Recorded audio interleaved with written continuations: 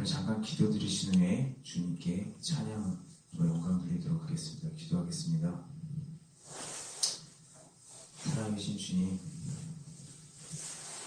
부족한 저희를 사랑해 주셔서 이렇게 주님께 찬양으로 영광 돌리고 주님의 말씀을 듣게 하시면 감사합니다.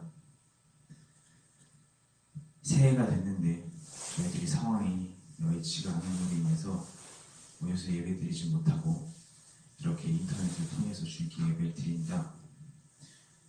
하지만 주님께서 저희들의 마음을 기억하여 주시고 어디에 있든지 동일하게 계신 하나님께서 저희들과 동일하게 성도님들 가정마다 함께 해주셔서 이곳에 있는 은혜가 그 장소 가운데 동일하게 있을 수 있도록 주님 함께 해주세요. 모이기를 힘쓰라 하셨는데 저희들이 주님께서 허락하신 인터넷이라는 장소 속에서 이렇게 모입니다. 아버지, 이 예배도 주님께서 기뻐 받아주시고 하루빨리 자유롭게 모여서 주님을 찬양하며 예배 드릴 수 있는 시기가 올 수 있도록 도와주세요. 올려드리는 찬양 홀로 영광 받아주세요. 나라신 예수님의 이름으로 소원하며 기도드렸습니다.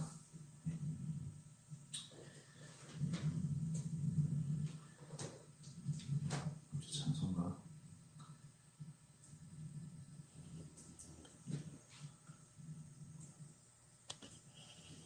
427장 내가 매일 기쁘게.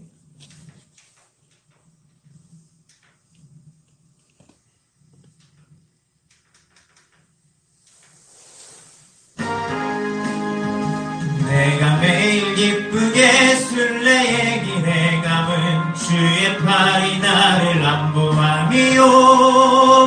내가 주의 큰 복을 받는 참된 비결은 주의 영이 함께함이라.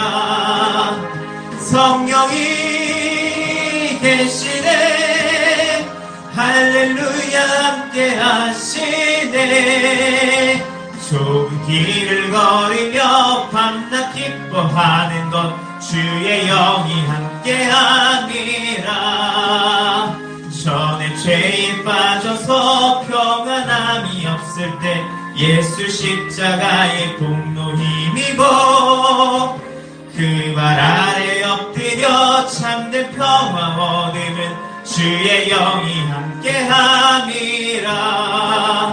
성령이 계시네, 할렐루야 함께하시네. 좁은 길을 걸으며 밤낮 기뻐하는 것 주의 영이 함께함이라. 나와 동행하시고 모든 염려하시니 나는 숲의 새와 같이 기쁘다.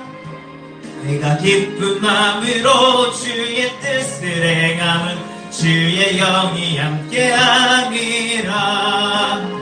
성령이 계시네, 할렐루야 함께하시네. 좁은 길을 걸으며 밤낮 기뻐하는 것 주의 영이 함께함이라. 세상 모든 정욕과 나의 모든 욕망은 십자가에 이미 못을 박았네. 어두운 밤이 지나고 무거운 짐 벗으니 주의 영이 함께함이라. 성령이 계시네, 할렐루야 함께하시네. 좋은 길을 걸으며 밤낮 기뻐하는 것 주의 영이 함께함이라. 4절입니다. 세상 모든 정욕과 나의 모든 욕망은 십자가에 이미 못을 박았네. 어두운 밤이 지나고 무거운 짐 벗으니 주의 영이 함께함이라. 성령이 계시네, 할렐루야 함께하시네. 좁은 길을 걸으며 밤낮 기뻐하는 것 주의 영이 함께함이라. 밤낮 기뻐하는 것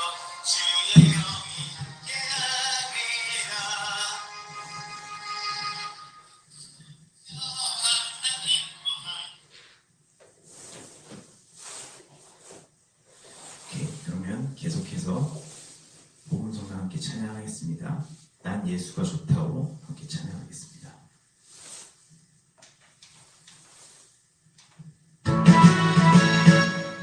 는 사람들 참된 진리를 찾고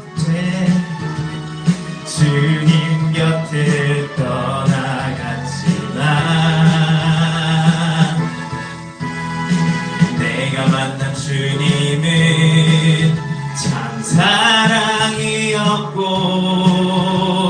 진리였고 소망이었소. 난 예수가 좋다오. 난 예수가 좋다오.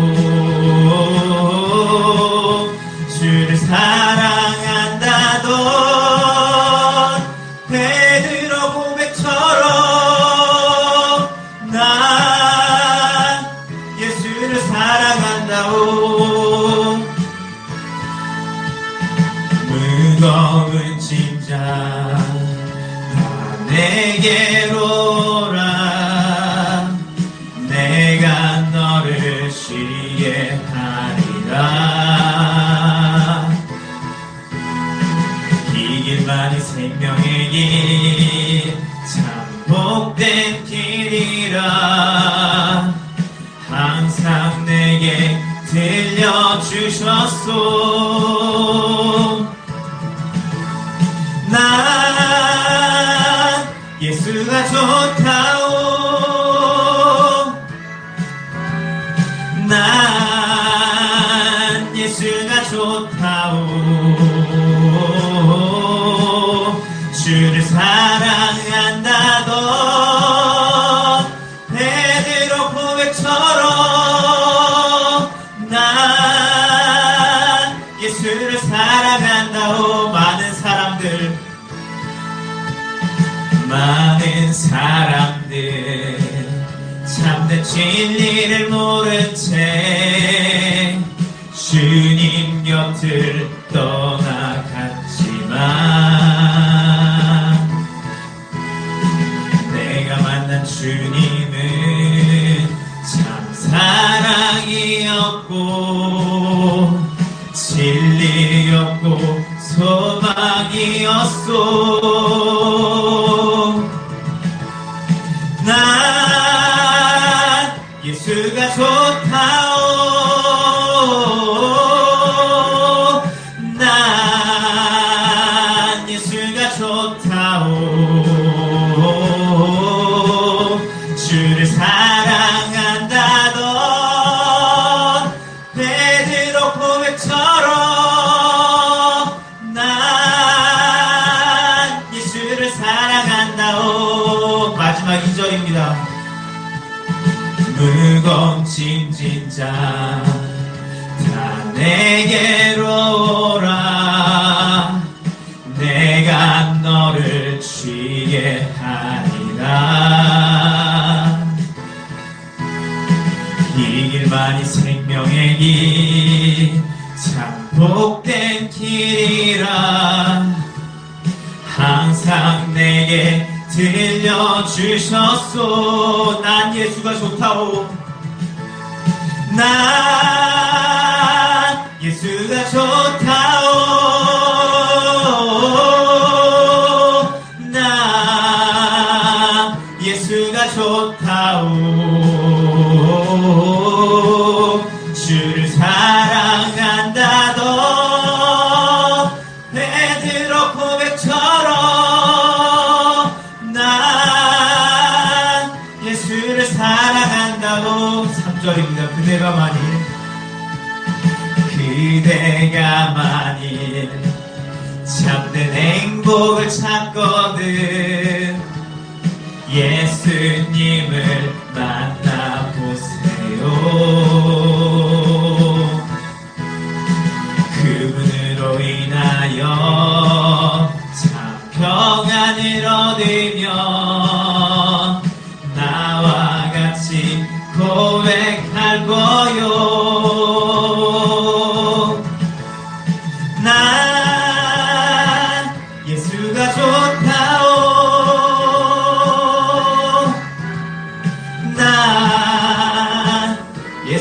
좋다오. 주를 사랑한다 너 베드로 고백처럼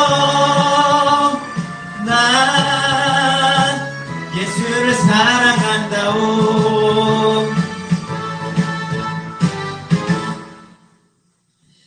이어서 본성과 세상의 유혹 시험이 계속해서 찬양하겠습니다.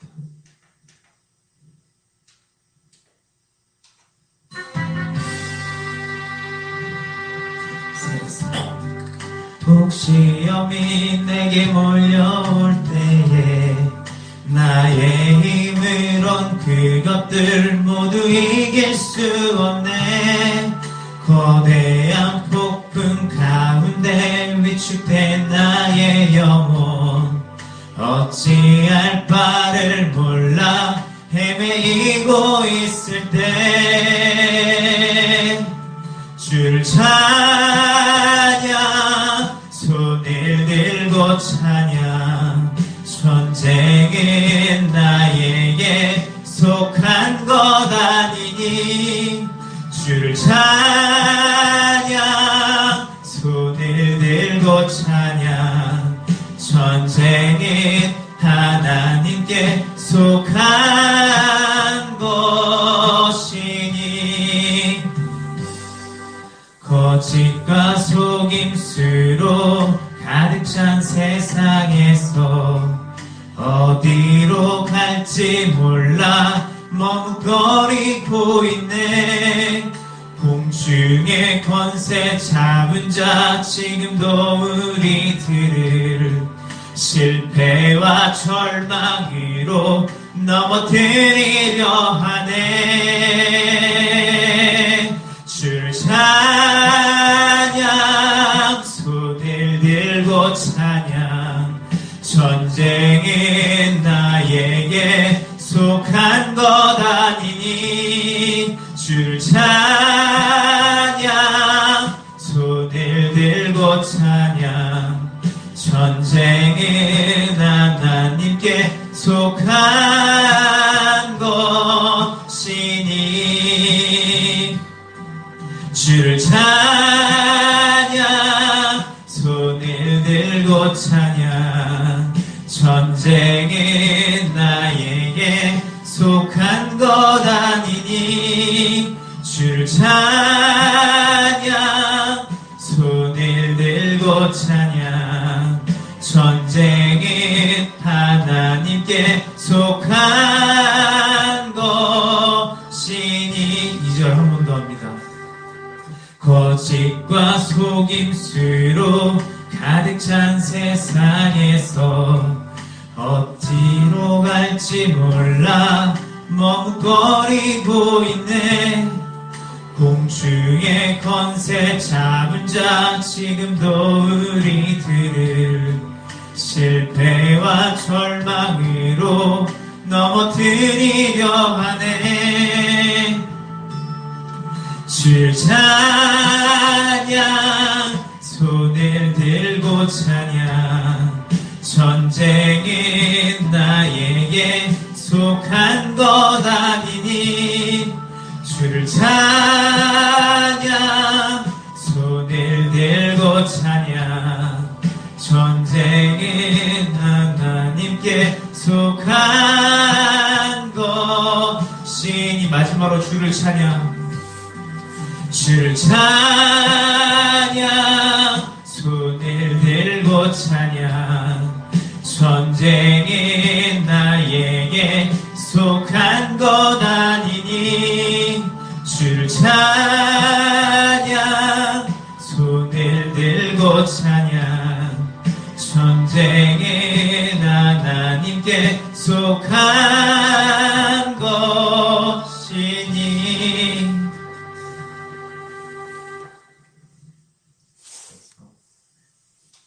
눈물가의 여인처럼 계속해서 찬양하겠습니다. 눈물가의 여인처럼 난 구했네. 헛되고 헛된 것들을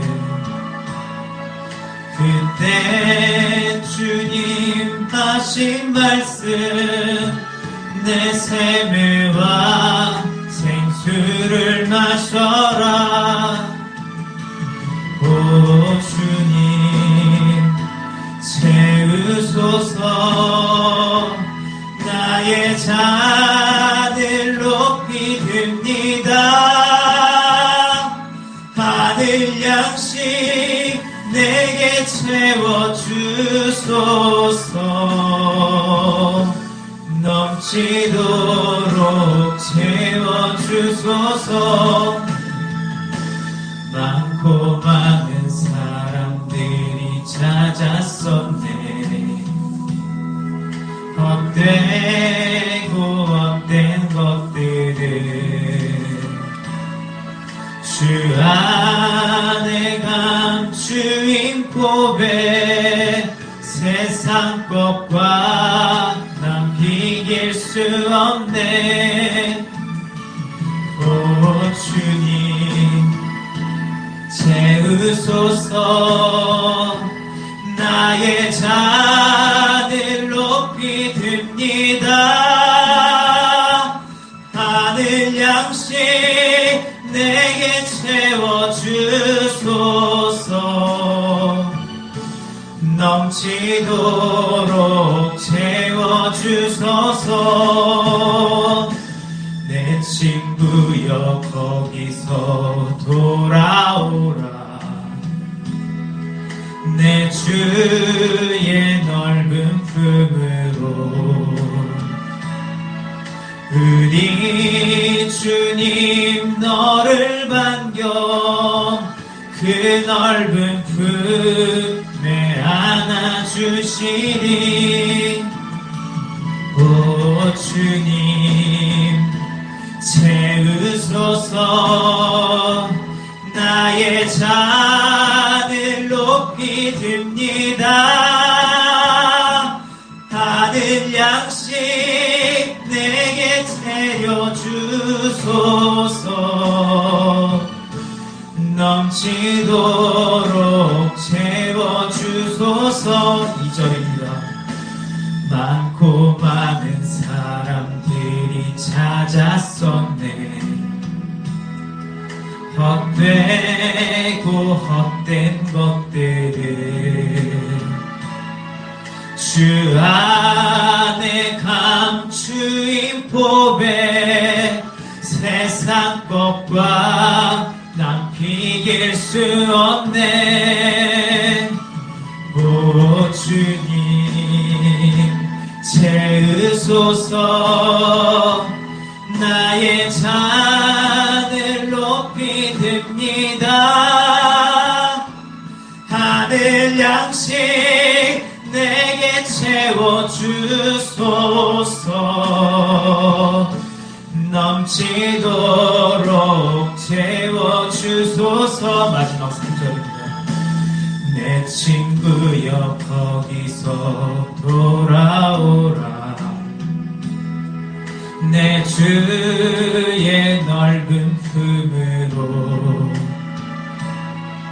우리 주님 너를 반겨 그 넓은 품에 안아주시리.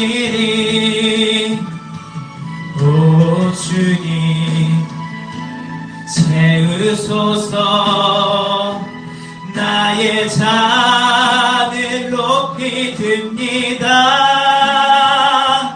하늘 양식 내게 채워주소서.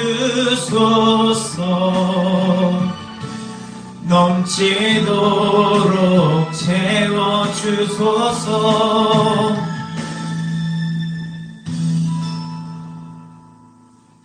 마지막으로 내 인생 여정 끝내요.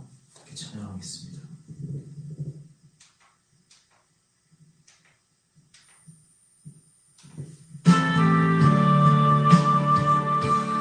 내 인생 여정 끝내요. 강 건너 언덕 이를 때 하늘은 양의 말하리.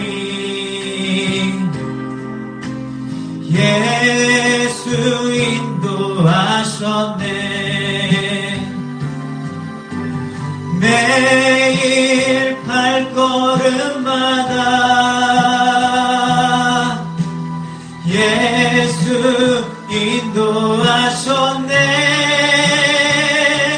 나의 무거운 죄짐을 모두 걷고 하는 말 예수 인도하셨네. 이 가시밭길 인생을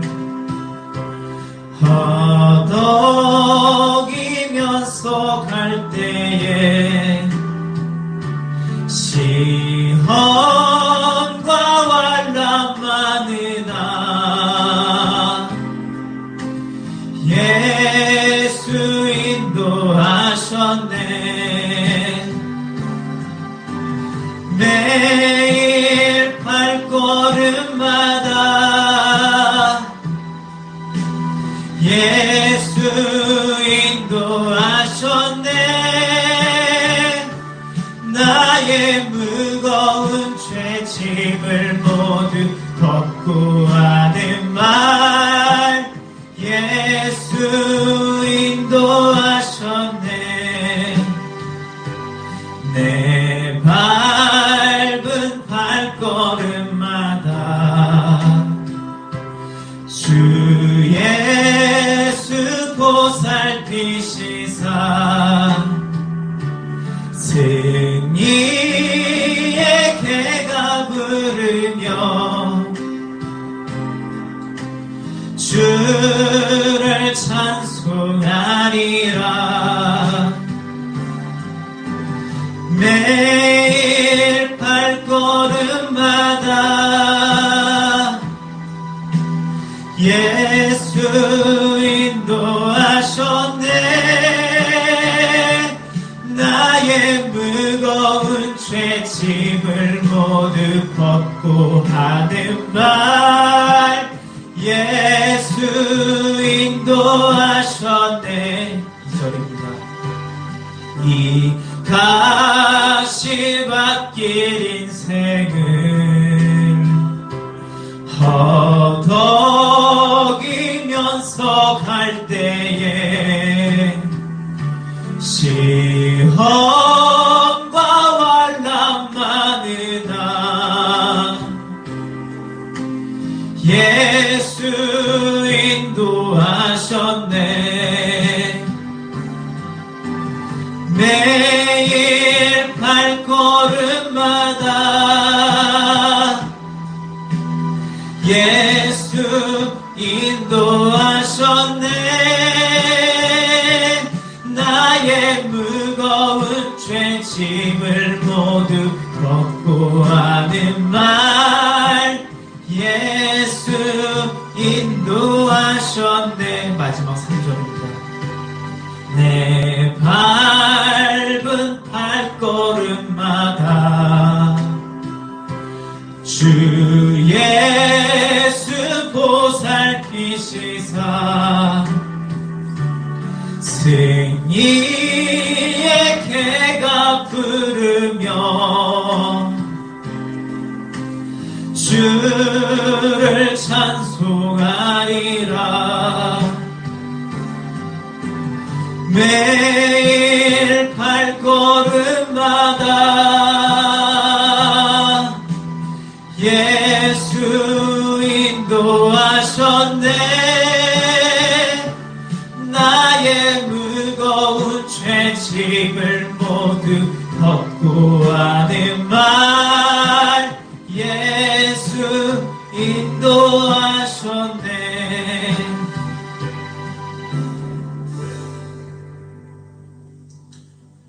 잠깐 기도하겠습니다. 살아계신 주님, 이 시간 저희가 주님께만 찬양 올려드렸습니다. 저희들의 마음을 받아주시고 저희들의 목소리를 받아주세요. 오직 주님만이 홀로 영광 받아주세요. 저희들이 만들어진 이유가 주님을 찬양하기 위해서인데 이 시간 저희들이 드린 찬양 기쁨으로 받아주셨으면 합니다. 이 시간 말씀을 나눕니다. 전하는 자가 부족해서 아버지의 뜻을 다 전달하지 못할까 걱정이 되지만 주님께서 듣는 성도님들 마음속에 생각 속에 지혜의 영을 허락해 주셔서 아버지께서 전하시는 뜻만이 전달되는 시간 될 수 있도록 주님 도와주세요. 이 공간을 주보혈로 덮어주시고 나사렛 예수 그리스도의 이름으로 악한 영들 틈타지 못하도록 온전히 아버지께만 집중되는 시간 될 수 있도록 주님 도와주세요. 살아계신 예수 그리스도의 이름으로 소원하며 기도드렸습니다. 아멘. 자, 오늘 이 시간에는요, 내 안에 견고한 진을 깨자, 이런 주제로 한번 말씀을 나눠보겠습니다. 오늘 이 주제를 정하게 된 이유는요, 나는 여전히 하나님의 음성을 잘 듣지 못하고 있는데, 그 이유를 진짜 모르겠어. 답답하다. 그렇게 힘들어하시는 분들, 그분들을 놓고 해답을 찾는 중에, 막 해답을 찾고 있는 중에, 사역을 할 때, 또 제가 말씀을 묵상하는 가운데, 조명된 부분이 있어서 오늘은 그걸 한번 나눠보려고 합니다. 서두에 말씀드렸다시피, 사역을 하다 보면 이런 질문을 받습니다. 난 하나님의 음성이 잘 안 들립니다. 저는 잘 안 들리는데요. 이런 질문을 받게 되면 그분들뿐만 아니라 저도 마음이 참 답답합니다. 아니, 무엇이 우리 귀를 막고 있길래 저리도 하나님의 음성을 열심히 듣고 싶어 하시는데 왜 들으실 수가 없을까? 하나님께 그렇게 그 마음을 표현하고 있는데도 왜 듣지 못하고 계실까? 사실요, 하나님을 인격적으로 만나서 하나님을 알아가기 위해서는요, 먼저 죄에 대한 조명을 받고요, 그 조명받은 죄를 자백하면서 그 힘든 죄의 짐을 지고 십자가를 지나야 됩니다. 그래서 거듭남의 과정으로 가겠죠. 근데 이때 필요한 것은 바로 죄를 조명시켜주는 성령님의 음성을 들을 수 있어야 된다는 것이거든요. 죄에 대해서 조명시켜주는 그 성령님의 음성을 들을 수 있어야 죄가 조명이 되고, 죄가 조명돼서 내가 죄인이구나, 그걸 또 알게 되고, 죄인임을 알아야지만이 십자가로 나올 수 있게 될 테니까요. 그리고 그 과정을 지날 수 있어야 드디어 그리스도께서 정말 구원자시구나, 그렇게 알 수 있을 테니까요. 구원에 필요한 이 거듭남의 과정을 통과하기 위해서는 계시록 2장의 말씀처럼 들을 귀가 있어야 된다는 겁니다. 그런데 현재 하나님의 음성을 듣지 못하고 있고, 들리지 않고 있는 우리에게는 마치 이 들을 귀가 없는 것처럼 느껴지죠. 내가 다른 걸 바라는 것도 아니고 하나님 찾겠다고 하는데 왜 이게 안 될까요? 하나님께서는 왜 이 경건한 나의 소망에 협조해주지 않으실까요? 정말 그렇게 생각이 들면 답답했습니다. 너무 답답해서 제가 제 나름대로 하나님을 어떻게 만났는지 되짚어보면서 경험을 토대로 그때 예전에 말씀을 나눴었습니다. 정직하게 하나님께 나가서 정직하게 하나님만을 구했다고 말씀을 드렸어요. 그런데 사실 돌이켜보면 저는 그럴 수밖에 없는 상황에서 그렇게 행동을 했습니다. 그렇게 주님을 찾았어요. 그럴 수밖에 없었기 때문에 그렇게 했는데, 그 상황을 성도님들께 적용시키기는 좀 어려울 수 있겠다 하는 생각이 들었어요. 인위적으로 그렇게 하나님밖에 찾을 수 없는 그런 상황을 만들 수는 없는 노릇이잖아요. 그렇게 할 수 없는 성도님들 입장에서는 정말 답답하시겠다 하는 생각도 들었습니다. 그렇게 힘들어하신 성도님들을 올려드리며 기도하는 가운데 알게 된 것은요, 이 나의 생각 속에 자리 잡은 이 견고한 진이 하나님의 음성을 듣는 것을 방해하고 있다는 사실을 알게 되었습니다. 견고한 진. 물론 이 생각의 견고한 진 말고도 하나님의 음성을 인식하지 못하게 하는 다른 이유들이 있겠죠. 있을 겁니다. 하지만 성도님들의 그 답답한 심정을, 그리고 저의 이 답답한 심정을 올려드리면서 이 설교를 준비하는 가운데 저에게 조명된 사실은 바로 이 견고한 진이었습니다. 그래서 오늘은 이 견고한 진에 대해서 한번 나눠보려고 합니다. 이 견고한 진이 하나님의 음성을 듣는 걸 어떻게 방해하는지 이해를 돕기 위해서 한번 성경의 예를 들어서 한번 살펴보겠습니다. 요한복음 5장에 보면요, 주님께서 38년 된 병자를 찾아오시죠. 그리고 병자에게 물으십니다. 네가 낫고자 하느냐? 그러자 병자는 네, 주님 제가 낫고자 합니다 라고 말하지 않아요. 자신의 신세 한탄을 시작합니다. 제가 한번 요한복음 5장 6절부터 7절을 읽어보겠습니다. 예수님께서 6절, 예수님께서 그 누우신 것을 보시고 병이 벌써 오래된 줄 아시고 이르시되 내가 낫고자 하느냐? 7절, 병자가 대답하되 주여, 물이 움직일 때 나를 못에 넣어주는 사람이 없어서 내가 가는 동안 다른 사람이 먼저 내려갑니다. 그 병자 분명 불쌍한 사람입니다. 안타까운 사람이에요. 그 사연을 지나가다 들은 사람들은 분명 그를 불쌍히 여기면서 위로해 줬을 겁니다. 아, 진짜 저치 너무 불쌍하다. 형씨 진짜 고생 많소. 왜 몇 년 차요? 나 38년 차요. 그러면 아이고 정말 오래되셨네. 힘내시오. 이러면서 그럼 위로를 받으면서 있었겠죠. 그리고 그는 그 삶이 숙명으로 받아들이면서 그 위로받는 삶이 익숙해졌었을 겁니다. 그런 그에게 드디어 예수님께서 찾아오신 거예요. 기회가 왔죠. 그래서 예수님께서 물으세요. 그 기회가 와서 물으세요. 낫고자 하느냐? 그 기회에 낫고자 합니다 하지 않고 신세한탄을 얘기하는 거예요. 내 상황 설명을 하기 시작하는 거예요. 병과 함께하는 나의 인생을 숙명으로 받아들이며 그런 나의 삶이 참 기구하다 여기며 슬픔에 젖어 있던 그는 내가 낫고자 하느냐 하는 질문에 주님께서 하신 말씀을 제대로 들어 주님의 의도를 파악해서 그 질문에 맞게 대답하기보다는 자기 생각만 쏟아내기 시작하는 겁니다. 결국 자기 연민에 사로잡혀 있던 병자는요, 주님의 음성을 제대로 듣지 못했습니다. 그래서 답을 주시고자 하시는, 그 삶의 문제에 답을 주시고자 하시는 주님의 물음에 딴소리를 하기 시작했던 거예요. 물론 결론적으로 주님께서는 그를 치유해 주시긴 하십니다.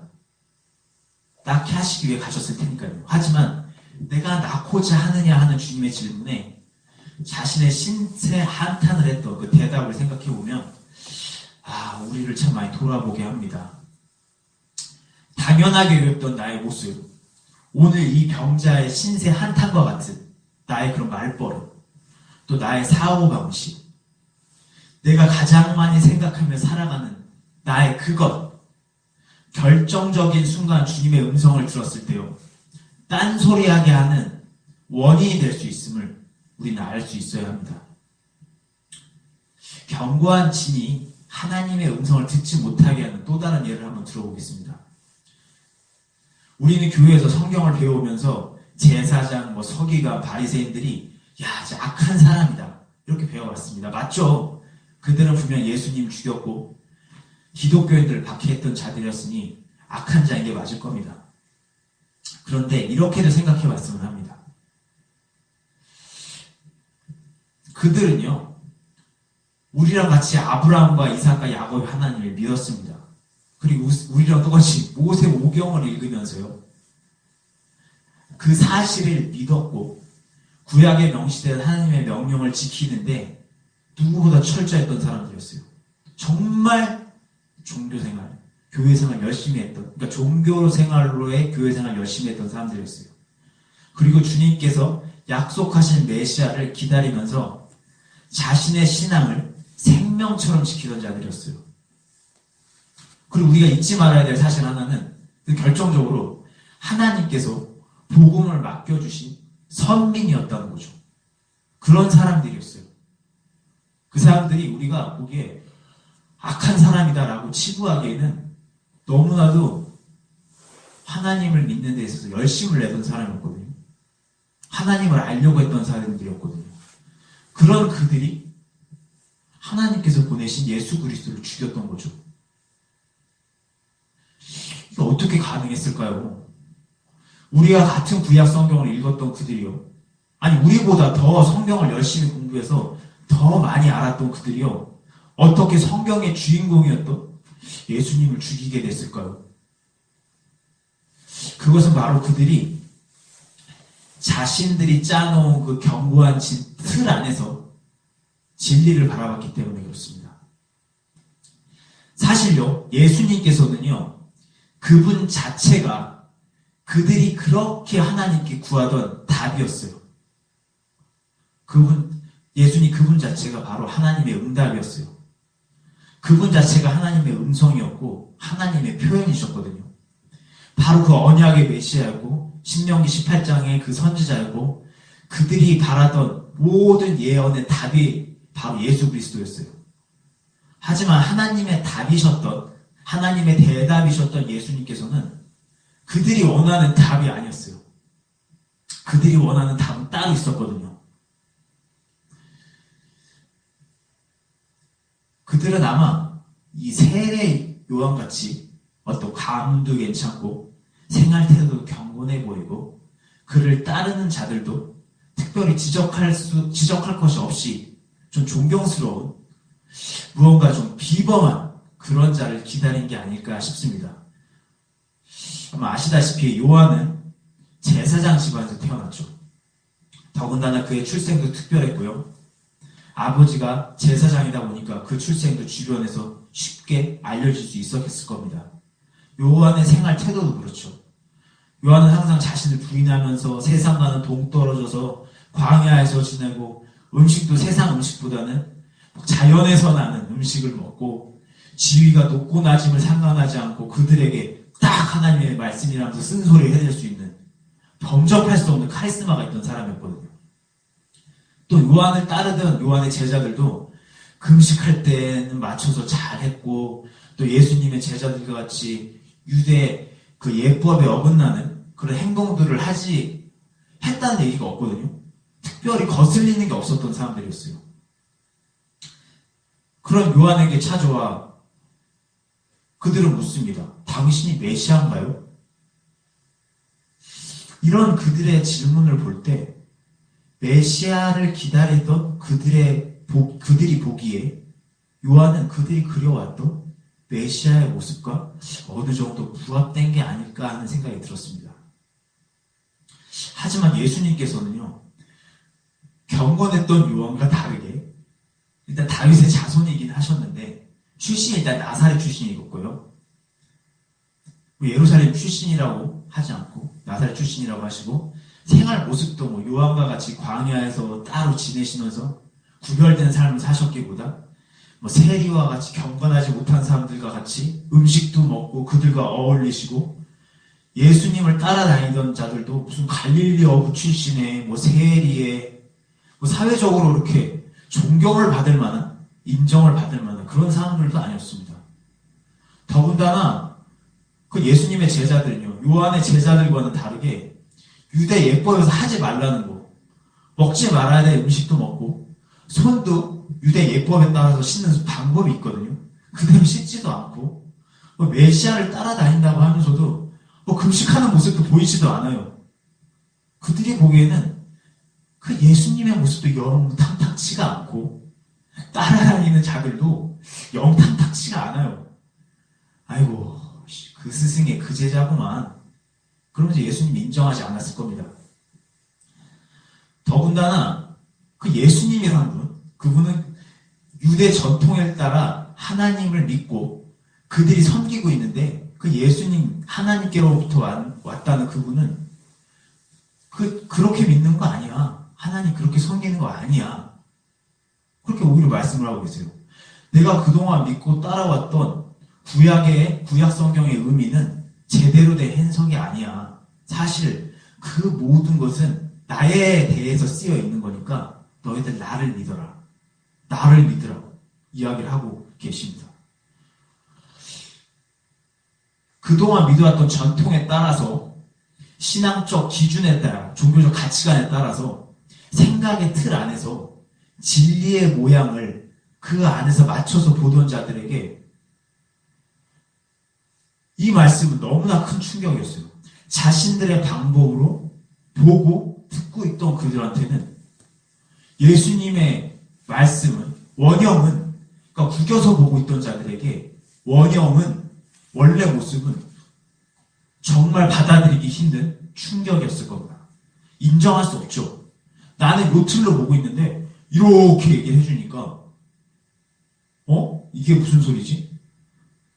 더군다나 주변에서 예수님을 메시아야, 메시아, 메시아야 이렇게 말하는 사람들을 보면 아니 나보다 더 무식한 사람들이야. 성경에 대해서도 나보다 잘 모르는 사람들인데 그런 사람들이 여기 딱 보고는 저 사람 메시아인 것 같아.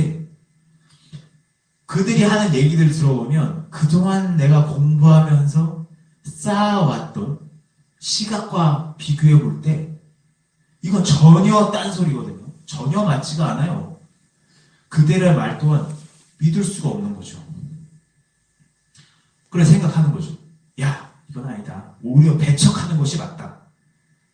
그래서 예수님께서 전하신 그 진리의 말씀도 또 그 예수님을 전하는 자들의 그 전도, 그 이야기도 그들은 들으려고 하지 않았던 거죠. 왜냐하면 그들은 진리를 고수하는 철두철미한자니까. 나는 진리의 수호자니까. 그들은 예수님을 메시아라고 외치는 그런 불경한 이야기를 들을 가치도 없다고 생각했을 겁니다.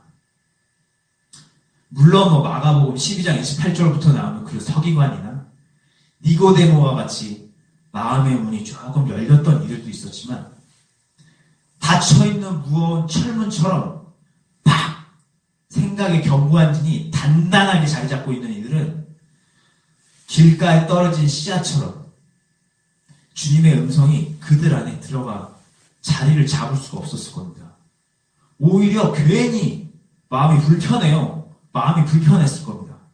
괜히 백성들 동요하고 있고 머리만 혼란스럽게 하는 그 메시아라고 사람들한테 불리는 사람 너무 불편해요. 근데 어느 순간 불편을 넘어서 미울 겁니다. 정말 예수님께서 근데 왜 미울 수밖에 없냐면 그들 입장에선 정말 되도 않는 소리를 계속 하셨다면 그냥 이상한 사람 치부해버리면 돼요. 오히려 죽이지 않고 그냥 몇 대 때려준 다음에 야, 너 그런 얘기 하지 마. 그럼 끝냈을지도 모릅니다. 근데 문제는 뭐냐면 예수님께서 계속 진리의 말씀을 하셨다는 거예요.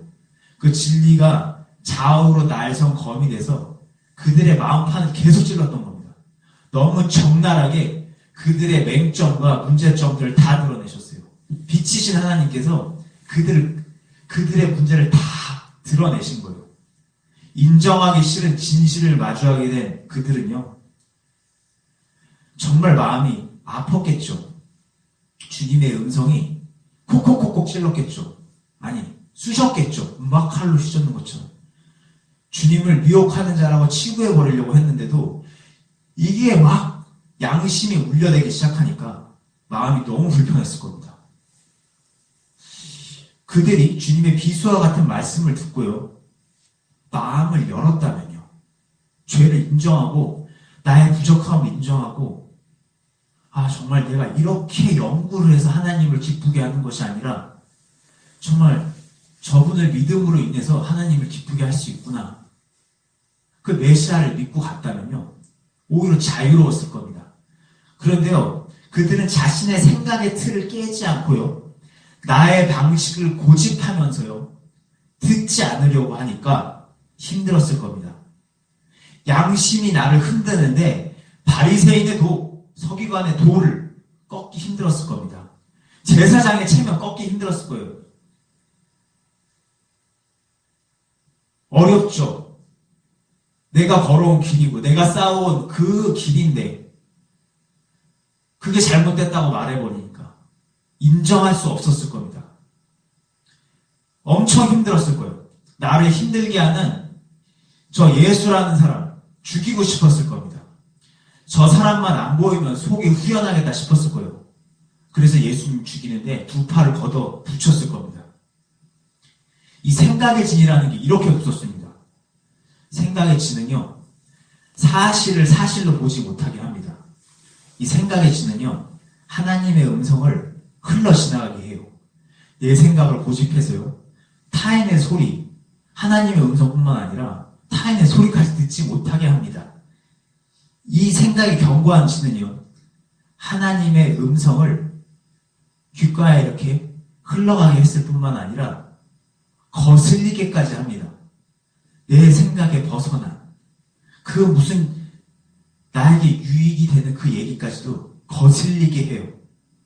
이 견고한 진은요, 진리를 찾는 나의 시야를 좁게 하는 원인이 됩니다.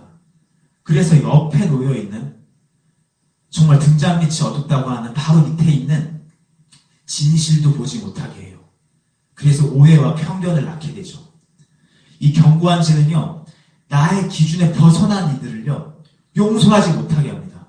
그리고 그를 미워하게 하죠. 이 견고한 진 하면 저는 누가 떠오르냐면 사도 바울이 떠오릅니다. 사도 바울. 이 정말 아니 대사도를 이렇게 표현해도 되냐 싶으시겠지만 이 바울은 정말 생각의 진이 엄청 낯섰을 거라고 생각이 듭니다. 그 배경을 한번 생각해 봐도요. 이게 뭐 제 또 이것도 편견일 수 있겠죠. 사람에 대한 제 편견일 수도 있겠지만 이 배경을 생각해 보니까 무언가 자신에 대한 그 자부심이 대단했을 거라는 생각을 도통 버릴 수가 없어요. 그를 한번 돌이켜 살펴보면요. 그는 태생적으로 유대인이기 때문에 하나님의 명령에 따라 8일 만에 할례를 받았습니다. 그리고 언약의 백성인 이스라엘 족속이라는 자부심이 있었어요. 그리고 그는 베냐민 지파라고 얘기하는데 베냐민 지파는 초대 왕가였어요. 자, 사울 왕 초대 왕가였고 모든 지파가 다윗 왕조를 반역할 때 끝까지 충성을 다해 다윗 왕조를 지켰던 그런 민족이었어요. 그런 지파였어요. 그리고 민족을 구하온 왕후 에스더와 삼촌 모르디게의 지파가 바로 베냐민 지파였어요. 이 베냐민 지파가 생각보다 이스라엘 역사 속에서 많은 활약들을 합니다. 그래서 귀한 지파로 인정을 받고 있었거든요. 그런데다가 이 바울은 히브리인 중에 히브리인, 순수한 히브리인, 부모가 모두 히브리인이었고요. 또 헬라파 유대인이 아니라 히브리파 유대인이기 때문에 히브리인 중에 히브리인이다. 이런 이야기도 제가 자주 찾는 중에 알게 됐습니다. 그리고 더군다나 율법으로는 모세의 율법의 정통적 수호자라고 자처하는 가장 엄격했던 종파, 바리새파였고요. 바리새인이었어요. 열심으로는 교회를 박해하고 율법의 의로는 그리스도의 의가 아닌 율법의 의로는 흠이 없는 자였다라는 고백을 합니다. 열심히 지킨 거예요. 다 지키려고 했던 거예요. 더군다나 그는 바리새파의 거두였던 가말리엘 밑에서 수학까지 했던 인재였습니다. 엄청난 사람이었어요. 이 사람. 대단한 사람이에요. 진짜. 하나님을 위해서 이렇게 열심을 내던 이 엄청난 사람이 태생적인 자부심과 종교적인 열심과 그 다음에 또 종교적 지식으로 견고한 진을 탁 세우자 그 자신의 그 확고한 신념 가운데서 그리스도인들을 핍박하는데 가장 선두에 서서 담에서 이러고 도망간 사람들까지 죽이려고 쫓아가는 1등 살인자가 됩니다. 1등 살인자가 돼요. 하나님을 공부 엄청 많이 했고요. 진짜 하나님의 선민 중에서 가장 인정받는 히브리인 중에 히브리인이었고요. 정말 최고의 하나님 그 유대 영역 안에서는 정말 와 이건 이 사람만큼 대단한 사람이 없다. 하나님께 합당한 사람이 없다. 할 만한 사람이 1등 살인자가 됐어요. 이 사울의 눈에는요. 유일하신 하나님이 아닌 예수라는 사람을 하나님으로 믿는 저들을 이 배교자라고 여겼던 거죠. 예수 그리스도를 통한 하나님의 구원을 제대로 알지 못하는 그는요. 여호와 하나님이 아닌 예수 그리스도를 하나님과 동격시 얘기하면서 그분을 하나님의 아들이라고 말하면서 그분을 찬양하는 저들을 인정할 수가 없었던 거예요. 사울의 생각으로는 인정할 수가 없었던 거예요. 그들의 모습이. 사울은 분명 예수님을 통한 복음의 소식을 들었을 겁니다. 소문을 들었을 거예요. 그런데 그러니까 그리스도인들을 배교자라 그러면서 죽이려고 다녔겠죠. 하지만 사울은 예수님을 통한 복음의 진리를 듣지 못했을 겁니다. 그러니까 그리스도인들을 배교자라고 하면서 죽이려고 다녔겠죠. 왜 그랬냐면 그의 귀는 그의 생각에 견고한 진 때문에 막혀 있어서 그랬습니다. 그가 이렇게 고소한 핍박자가 된 것은요, 그것이 하나님을 위한 것이라고 믿었기 때문에 그랬을 겁니다. 아니, 그냥 사람 죽이고 싶어서 죽였겠어요? 그는 정말 하나님을 섬기는 데 있어서 누구보다 열심이었던 자였기 때문에 진짜 하나님을 위해서 죽인 거예요. 그 사람 입장에서는. 분명 하나님을 위해서 일했을 겁니다. 그런데 문제는요, 그의 그 충성을 받으시는 하나님께서 원하시는 방식이 아니었다는 게 문제였죠. 정말 일방적이고 이기적인 사랑이었다는 거죠. 바울은 생각했을 겁니다. 내가 하나님 나라의 저 역적들을 죽여서 하나님을 기쁘게 만들어 드려야지. 그러니까 하나님께서는 이런 나의 충심을 기뻐하실 거야. 그런데 사울의 생각과는 다르게 하나님께서는 기뻐하지 않으세요. 사울의 충심을 기뻐하지 않으시고 도리어 물으십니다. 야, 네가 왜 나를 핍박하냐? 사울은 드디어 하나님의 음성을 듣습니다. 드디어 들어요. 하도 안 들으니까 하나님께서 직접 말씀해 주신 것 같긴 한데, 나를 왜 이렇게 핍박하느냐? 라고 물으신 주님의 음성에 사울은 충격받는 거죠. 확고한 신념 가운데서 하나님을 위해서 살아왔던 사울인데, 그러니까 하나님을 위해서 열심히 뛰어다녔는데 하나님께서는 반문하시는 거예요. 왜 나를 핍박해? 그 얘기를 듣는 순간 사울은 무슨 생각을 했을까요?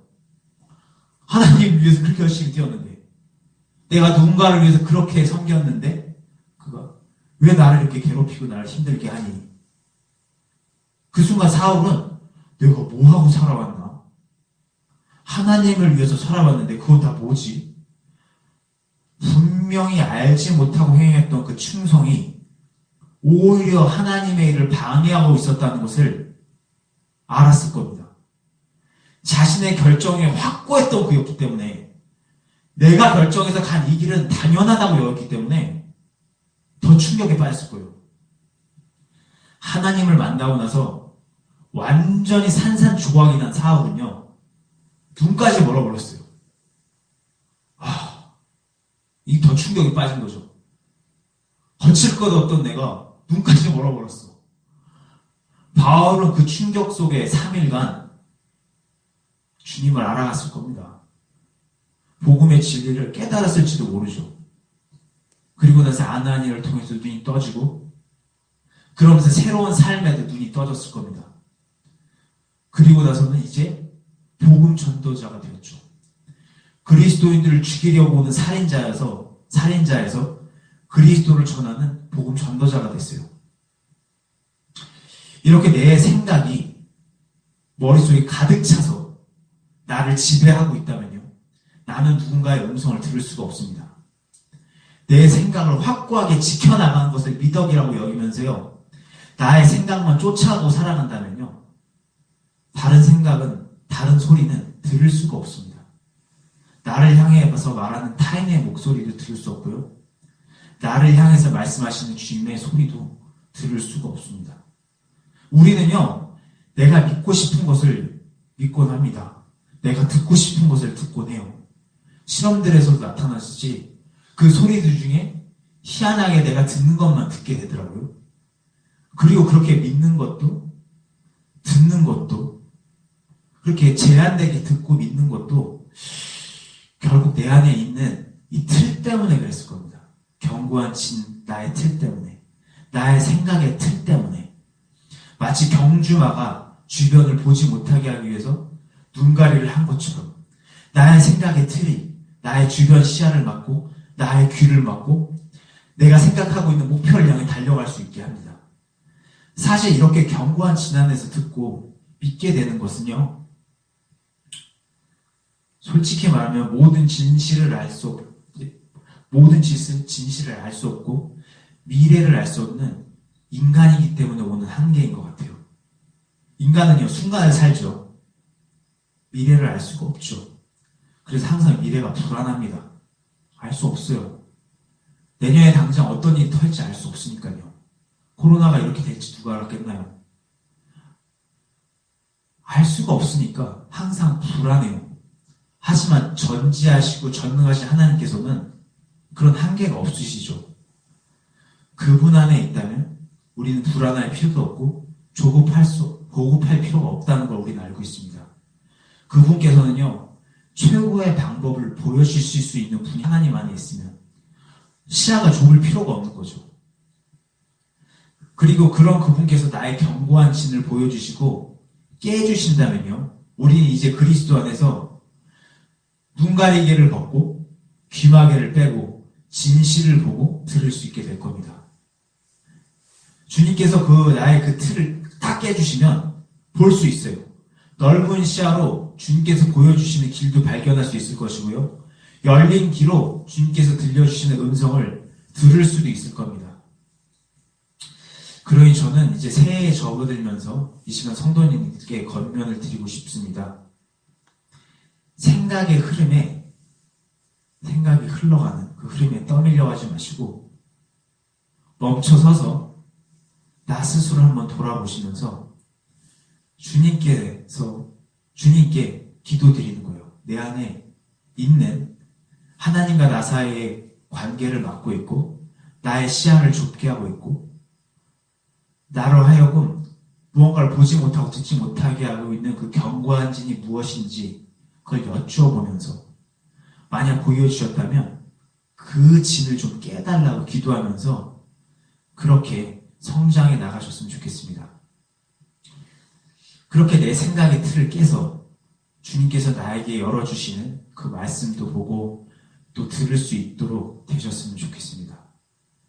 이거는 약간 좀 다른 얘기인데요. 사역을 하다가 느끼는 것 중에 하나는 아이들은 영의 소리를 참 잘 듣더라고요. 물론 성령님의 일하심을 경험해서 죄도 보여지고 보여진 죄의 짐이 무겁다는 것도 한번 느껴보고 그 죄를 십자가 앞에서 내려놓고 참된 자유를 얻는 그런 거듭남의 과정을 겪어야 하겠지만요. 하나님을 깊게 알아야 분별 가운데 하나님의 음성을 제대로 들으면서 걸어갈 수 있겠지만요. 적어도 아이들은요, 영의 소리를 듣는 데 있어서 어려움은 없었습니다. 우리는 영의 소리를 들으려면 들을 수 있다. 이렇게 이야기를 시작하고 함께 하나님의 음성을 들어보자고 했을 때 아이들은 그런 영의 소리를 잘 감지하는 것을 느낄 수 있었어요. 어른들과 아이들을 생각해 보면서 이게 왜 뭐가 다른 걸까 고민을 해봤더니 아이들은 아직 견고한 진을 제대로 만들지 못해서 그런 거구나 하는 생각이 들었어요. 저를 포함해서 우리 모두는 강산이 2번 바뀔 20년 이상의 견고한 진을 소유하고 있는 것 같습니다. 그리고 이 견고한 진은 어떤 측면에서 하나님과 나 사이를 막는 그 어떤 특성을 가지고 있을 수도 있어요. 이 견고한 진, 내 안에 있는 진이 하나님과 나 사이를 막고 있는 그 원인이 되는 그런 특성을 갖고 있을 수 있어요. 우리는 하나님과 관계를 막는 소통을 맡고 있는 그 견고한 진이 무엇인지를 알아내야만 합니다. 내 생각 속의 그 특징을 발견할 수 있어야 합니다. 자, 오늘 이 시간에는요, 내 안에 견고한 진을 깨야 한다는 주제로 말씀을 나눠봤습니다. 그리고 그 견고한 진을 깨기 위해서는 생각에 떠밀려가지 않고 멈춰서서 나 자신을 좀 돌아보고 주님께 나의 견고한 진이 무엇인지 여쭤보고 그 견고한 진이 보인다면 그것을 깨달라고 주님께 구하시기를 권면드렸었습니다. 우리 이렇게 주님께 구하면 됩니다.